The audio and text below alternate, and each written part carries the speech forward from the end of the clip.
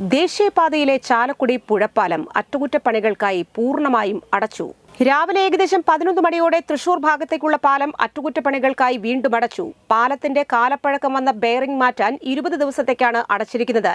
നിർമ്മാണ ജോലികളുടെ ഭാഗമായി പാലത്തിലൂടെ പോകുന്ന കേബിളുകളും മറ്റും മാറ്റുന്ന ജോലികൾ ആരംഭിച്ചു.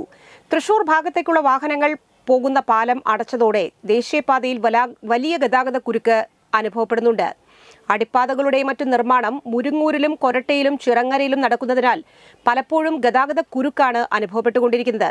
പാലം അടയ്ക്കുന്നതോടെ സമാന്തരമായി കിഴക്കുഭാഗത്തെ പാലത്തിലൂടെ 2 ദിശയിലൂടെ വാഹനങ്ങൾ കടത്തിവിടാനാണ് ഉദ്ദേശം.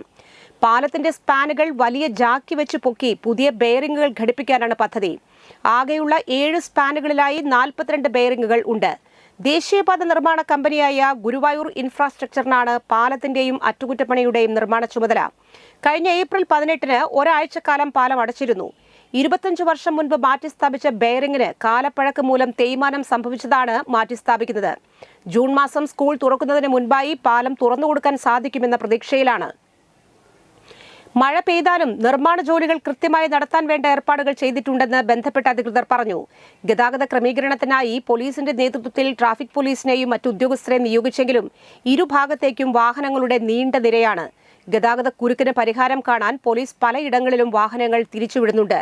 ശനിയാഴ്ച കൂടിയായതിനാൽ വലിയ കുരുക്കാണ് അനുഭവപ്പെട്ടുകൊണ്ടിരിക്കുന്നത്.